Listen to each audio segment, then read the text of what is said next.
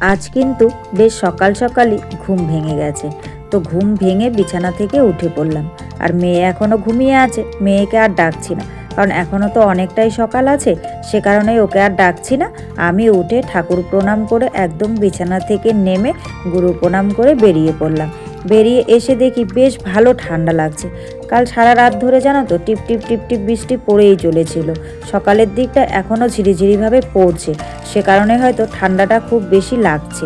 তাই উঠে আগে হাউস কোটটা পরে নিলাম, পরে দরজাটা খুলে একটুখানি বাইরে বেরিয়ে চারিধারটা দেখে এসে চোখে মুখে জল ছিটে দিয়ে দিলাম। দিয়ে তারপর দেখো সোজা কিন্তু প্রতিদিনের মতোই কাজে লেগে পড়েছি। আমাদের গৃহিণীদের যেটা সকাল সকাল করতে হয়, আমাদের তো সকালটাই শুরু হয় ঝাড়ু হাতে নিয়ে, তাই কিন্তু আমিও ঝাড়ু হাতে নিয়ে নিয়েছি আর সুন্দর করে ঘরগুলো ঝাড়ু দিয়ে নিয়েছি। তো ভেতরের রুমটা তোমাদের সঙ্গে শেয়ার করলাম না, বাইরের রুমটা ঝাড়ু দেওয়া থেকে আজ কিন্তু শেয়ার করলাম। তারপর দেখো বারান্দাটা ঝাড়ু দিচ্ছি, আর চারিদিকের পরিস্থিতি দেখে তোমরা বুঝতেই পারছো যে কী পরিমাণ বৃষ্টি হয়েছে। সব কিন্তু ভিজে হয়ে আছে, আর ভিজে হয়ে আছে একদিকে ভালোই হয়েছে, উঠোনটা ঝাড়ু দিতে গিয়ে কিন্তু আর তেমন ধুলো উঠছে না। তো ঘরগুলো ঝাড়ু দেওয়া কমপ্লিট করে এখন কিন্তু আমি উঠোনটাকে ঝাড়ু দিয়ে নিচ্ছি। তবে উঠোনটা কিন্তু এখন বেশ পরিষ্কারই আছে। আসলে কাল রাতে শুধু বৃষ্টি হয়েছিল, হাওয়া বয়নি, সে কারণে পরিষ্কারই আছে। তো যাই হোক, চলো উঠোন ঝাড়ু দিতে দিতে তোমাদেরকে আমার পরিচয়টা দিয়ে নিই। শুভ সকাল আমার প্রিয় বন্ধুরা, সকলে কেমন আছো? আশা করছি যে যেখান থেকে আমার এই ভিডিওটি দেখছো সকলে ভালো আছো, সুস্থ আছো। আর আমরাও খুব ভালো আছি। অরুণাচল প্রদেশের এই ছোট্ট পাহাড়ি গ্রাম থেকে আমি মামনির সংসারের আরও একটি নতুন ব্লগে তোমাদের সবাইকে স্বাগত জানিয়ে তোমাদের সবাইকে সাথে নিয়ে আজকের ব্লগটি শুরু করে দিয়েছি। আমি আশা করছি আজকের ব্লগটিও তোমাদের খুব ভালো লাগবে, তাই সম্পূর্ণ ব্লগটি জুড়ে আমার সাথে থাকার অনুরোধ রইল। আজ ছিল সোমবারের সকাল, আর ঘড়ির কাঁটায় বেলা বেজেছিল সকাল 6:10। আর 6:10 থেকেই কিন্তু আমি তোমাদের সবাইকে সাথে নিয়ে আজকের ব্লগটি শুরু করে দিয়েছি। যারা নতুন এসেছো, আমার ব্লগটি যদি ভালো লাগে প্লিজ একটি লাইক করে চ্যানেলটি সাবস্ক্রাইব করে আমার পাশে থেকো। আর যারা আগের থেকেই আমার পাশে আছো তাদেরকে আমার অসংখ্য অসংখ্য ধন্যবাদ, আর আমার মন থেকে অনেক অনেক অনেক ভালোবাসা। তো উঠোনটা ঝাড়ু দেওয়া কমপ্লিট করে এখানে এসে কিন্তু আমি পাটা ধুয়ে নিলাম। পাটা ধুয়ে সোজা চলে গেছিলাম ঘরে গিয়ে ব্রাশ কোলগেট নিয়ে একদম একটুখানি হেঁটে নিয়েছি। আর চারিদিকটা দেখো এখনও কিন্তু টিপ টিপ বৃষ্টি পড়ছে, তাই চারিদিকটা অন্ধকার হয়ে আছে, চারিদিকে একদমই দেখা যাচ্ছে না, মনে হচ্ছে যেন কুয়াশা পড়ছে। তবে এবছরের শীতে এখানে কিন্তু একদমই কুয়াশা দেখতে পাইনি। তো যাই হোক, আমি একটুখানি হেঁটেও নিলাম, আর সুন্দর করে কিন্তু ব্রাশটাও করে নিচ্ছি।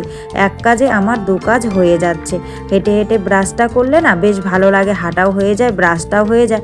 আর ব্রাশটাও কিন্তু খুব ভালো মতো করা হয়। আসলে আমি তো পান খাই, দাঁতগুলো ভালো মতো ব্রাশ না করলে একদমই ভালো লাগে না, বিশেষ করে লাল হয়ে থাকে, দেখতে একদমই বাজে লাগে। সে কারণেই কিন্তু ব্রাশটা আমি সাধারণত অনেকক্ষণ ধরেই করি, মানে একটু সময় নিয়ে। তারপর দেখো মুখ টুক ধুয়ে ফ্রেশ হয়ে সোজা চলে এসেছি রান্নাঘরে এসে আগে চাটা করে নিলাম। 1 কাপ চা করে নিয়ে চা খেতে খেতে এই দিকটায় এসেছি। আসলে ওই দিদি বলেছিল কাল ওখানটায় হচ্ছে মিঠা লাউ লাগিয়েছে, মানে মিষ্টি কুমড়ো লাগিয়েছে আর কি। তো কোথায় লাগিয়েছে তাই ওই দিকটায় আমি চা খেতে খেতে দেখতে গেলাম। ভাবছি যে চাটা যেহেতু খাচ্ছি তো দেখে আসি কোথায় লাগিয়েছে। আমাকেও গুটি দিয়েছে, লাগাতে বলেছে, তো আমি এখনও লাগাইনি, বৃষ্টিটা কমলে তারপর লাগাবো। তারপর ঘরে এসেছি, ঘরে এসে সকালের খাবার তৈরি করছি। মেয়ে কালই বলেছিল যে আজ হচ্ছে আলুর পরোটা খাবে, তাই হচ্ছে আলুর পরোটা বানাচ্ছি। আসলে কি বলতো, ও যেটা খেতে চায় সেটা আমি কষ্ট হলো পরেও বানিয়ে দিই। আসলে ও সচরাচর খুব একটা বায়না করে না খাবার নিয়ে, কিন্তু কি বলতো খায় না তেমন একটা, কিন্তু এদিক সেদিক দেখে তো ওরও খেতে ইচ্ছে করে, তখনই বায়না করে। তো আলুর পরোটা বানানোর জন্য আলুগুলো আমি চা খেয়েই কিন্তু আলুগুলো বসিয়ে দিয়েছিলাম, আলুগুলো সেদ্ধ করে নামিয়ে নিয়েছি। এখন আলুগুলো সুন্দর করে ছুলে টুলে রেখে দিলাম, রেখে এখন ময়দাটা মাখছি। আটা দিয়ে কিন্তু বানাবো না, ময়দা দিয়েই বানাবো।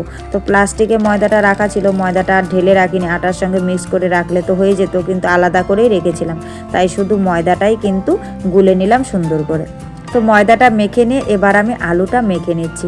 তবে অনেকে অনেক রকমভাবে বানায়, তো এক একজনের রান্নার প্রসেস তো এক এক রকম। আমি কিন্তু আলুটা চটকে নিচ্ছি, এখানে একটুখানি লবণ দিয়েছি, একটুখানি গোলমরিচ দিয়েছি, আর হচ্ছে সামান্য পরিমাণ জিরের গুঁড়ো দিয়েছি। তো অনেকেই মশলা ইউজ করে, আমি কিন্তু আলুর পরোটায় মশলা ইউজ করি না। আর তাছাড়া এটা তো বাচ্চা খাবে, সে কারণে আর তেমন কিছু দিইনি, শুধুমাত্র সামান্য পরিমাণ জিরের গুঁড়ো আর হচ্ছে গোলমরিচের গুঁড়ো আর লবণ দিয়েছি। তো যাই হোক, এখন আটার গোলাগুলো সুন্দর করে নিচ্ছি। আসলে তোমরা কে কিভাবে আলুর পরোটা করো একটু কমেন্টে জানিও কেমন, কারণ আমি তো এভাবেই করি, এক একজন এক এক রকমভাবে করে বললাম না। আর এবার আলুগুলোকে দেখো আমি ওই গোলার ভিতরগুলো দিয়ে আবার সুন্দর করে গোলাগুলো পাকিয়ে নিচ্ছি। অনেককে আবার দেখেছি আমি ওই আলুর সঙ্গে ময়দা মেখে করে আর কি, তো ওভাবে না আমি করতে পারি না। একদিন করতে গেছিলাম, একদমই হয়নি। তারপর থেকে আমি নিজেই কিন্তু এভাবেই করি। এটা আমার ঠাকুমা আমাকে শিখিয়ে দিয়েছিল। তো ঠাকুমার থেকেই শেখা, মানে শিখিয়ে দিয়েছিল বলতে কি ঠাকুমা করেছিল তখন দেখেছিলাম, তো তখন থেকেই আর কি যখন করার চেষ্টা করি এভাবেই করি। তো যাই হোক, সুন্দর করে গোলাগুলো পাকিয়ে নিয়েছি, এখন কিন্তু বেলে নিচ্ছি। আর দেখো পাশে কড়াটা বসিয়ে দিয়েছি। আসলে হিটারে তো তেমন একটা হিট নেই, কারণ এখন সকলেই ওই ঘুম থেকে উঠে গেছে আর সকলেই মানে জ্বালিয়েছে হিটার, তো হিট কমে গেছে, তাই আগের থেকেই বসিয়ে রেখেছি। কড়াইটা আমার গরম হয়ে গেছে, বেলে নিয়েছি, এখন একটা দিয়ে দিচ্ছি। তবে প্রথম বেলাগুলো না একটুখানি কেমন ফেটে গেছিলো, আসলে আলুগুলো সাইড হয়ে গেছিলো, সে কারণে ভালো হয়নি। তবে পরের দিকটা, শেষের দিকেরগুলো বেশ ভালোই হয়েছে, এতটাও খারাপ হয়নি। তো এখানে দেখো মেয়েকে দুটো পরোটা দিয়ে দিলাম। তবে হ্যাঁ, মেয়েকে দুটো দিয়েছি ঠিকই, মেয়ে দুটো খায়নি, একটা খেয়েছে। আর ওখানে দিয়ে দিচ্ছি ভাইয়ের ঘরে, ওদেরকেও কটা দিলাম। তারপর একদম মেয়েকে খাইয়ে দাইয়ে রেডি সেডি করিয়ে দেখো স্কুলে এগিয়ে দিতে যাচ্ছি। এইটুকু রাস্তাটা কিন্তু আমি প্রতিদিনই ওকে এগিয়ে দিয়ে আসি। আর তাছাড়া ও কুকুর খুব ভয় পায়, আর বাচ্চা কুকুরটা পেছন যায়, তো ও আরও ভয় পায়। তারপর ঘরে চলে এসেছি, ঘরে এসে একদম আবারও কাজে লেগে পড়েছি। এই যে বিছানা গোছানোর কাজটা, এখন বিছানাটাকে সুন্দর করে গুছিয়ে এনেছি। জানো তো বিছানাটা গোছাতে একদম বিরক্তিকর লাগে। আর রাতের বেলায় বিছানাটা গোছাবো বলতে কি ওই মশারিটা টাঙাতে খুব বিরক্তিকর লাগে, কিন্তু কিছু করার নেই, মশারি টাঙিয়ে ঘুমানো অভ্যাস হয়ে গেছে। মশারি না টাঙালে একদমই ঘুম পায় না, সে কারণে কিন্তু বিরক্তিকর কাজটা প্রতিদিন আমাকেই করতে হয়। তো যাই হোক, সুন্দর করে বিছানাটা গুছিয়ে নিয়ে এখন মশারিটাকে গুছিয়ে নিচ্ছি। মশারিটাকে গুছিয়ে নিয়ে বিছানাটাকে ঝুড়ে সুন্দর করে রেখে দেবো। সব কাজ কমপ্লিট করে নিয়ে রান্নাবান্না করে নিয়েছি। তো রান্নাবান্নাটা তোমাদের সঙ্গে শেয়ার করলাম না, কারণ প্রতিদিনই তো রান্নাবান্নাটা শেয়ার করি। আজ ভাবছি যে আর রান্নাবান্নাটা শেয়ার করবো না। তারপর দেখো কোদাল আর হচ্ছে টুকরি নিয়ে চলে এসেছি এখানে মাটি কাটতে। আসলে কি বলো তো, সামনেই তো দোল পূর্ণিমা না, দোল পূর্ণিমা উপলক্ষে কিন্তু প্রত্যেকটা মানুষেরই আলাদা নিয়ম থাকে, সেরকম আমাদেরও কিছু নিয়ম আছে।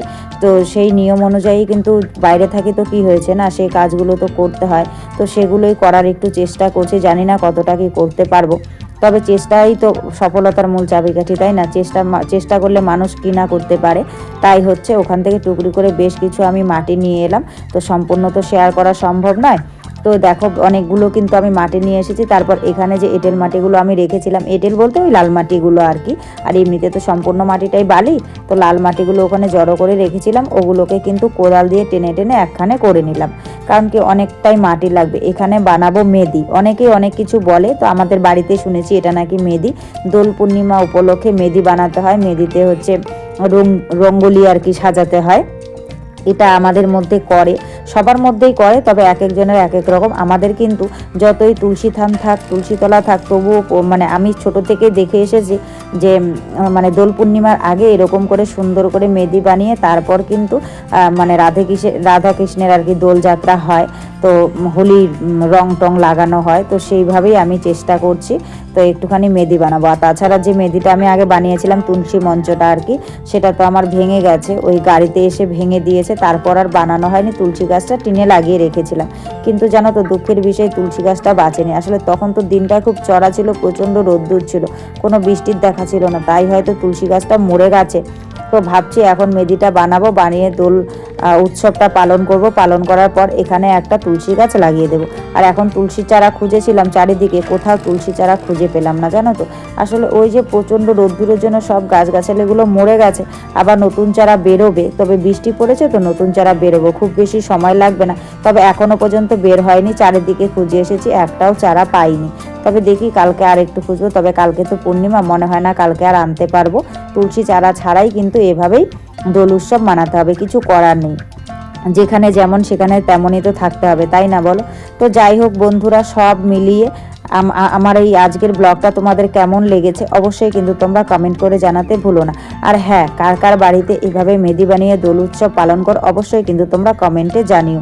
আর আজকের ব্লগে যদি কিছু ভালো লাগে তাহলে প্লিজ একটা লাইক করো, কমেন্ট করো, শেয়ার করো, আর আমার চ্যানেলটিকে সাবস্ক্রাইব করে এভাবেই আমার পাশে থেকো। সকলে ভালো থেকো, সুস্থ থেকো, দেখা হচ্ছে পরে।